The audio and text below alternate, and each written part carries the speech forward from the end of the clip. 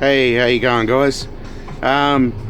Making this video because I always forget how to, and I'm sure everyone else does as well. This is a Hino 500 series truck. It's a 2011 with that style radio, and if you need to set the clock, this is how you do it.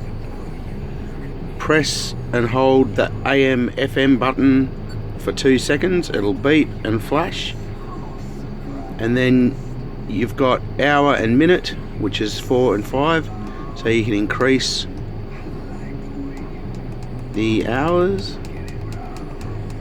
And I'm going to go back to 10, and same with the minutes.